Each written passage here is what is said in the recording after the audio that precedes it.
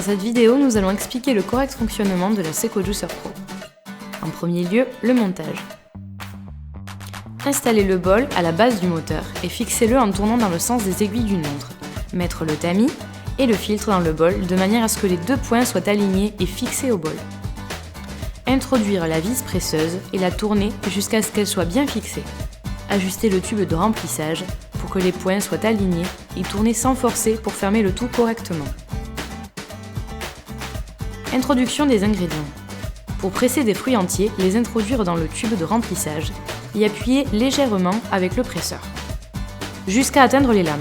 À ce moment-là, laissez votre Seco Juicer Pro faire le reste. Ne jamais forcer le presseur. Pour presser des végétaux durs comme la carotte, coupez-la en petits morceaux pour la presser plus facilement.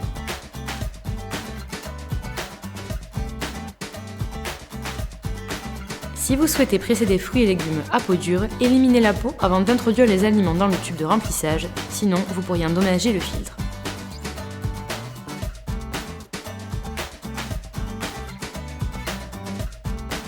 Lorsque vous souhaitez presser des légumes fibreux, comme le céleri ou le poireau, les coupez en plus petits morceaux pour éviter qu'ils s'enroulent à la vis de pressage.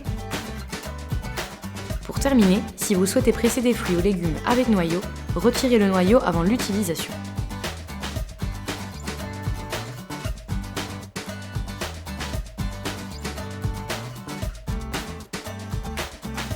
Recommandations d'utilisation et d'entretien. Il est très important de ne pas forcer le pressoir en introduisant des fruits entiers. Simplement, accompagnez-les jusqu'à atteindre les lames et laissez la Seco Juicer Pro faire le reste seul.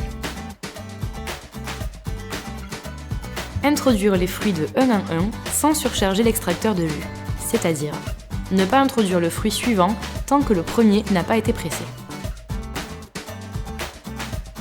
Après 20 minutes d'utilisation continue ou 2 litres de jus, videz le bol et réalisez un nettoyage rapide comme nous l'expliquons ici. Pour réaliser ce nettoyage rapide et continuer à faire du jus, ouvrez le bouchon anti-goutte et ajoutez un demi-litre d'eau pour éliminer le maximum d'impuretés du filtre. Maintenant, nous allons voir comment réaliser un nettoyage plus profond. Si vous souhaitez réaliser un nettoyage plus en détail, démontez toutes les pièces qui ont été préalablement montées et les nettoyer avec de l'eau et du savon, en utilisant la brosse pour accéder aux espaces les plus étroits. Vous pouvez aussi réaliser le nettoyage au lave-vaisselle. Pour terminer, nous allons voir comment réaliser des glaces.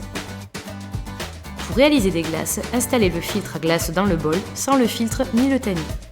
Pelez et coupez le fruit congelé, l'introduire petit à petit dans le tube de remplissage et attendre que la glace sorte pour la déguster.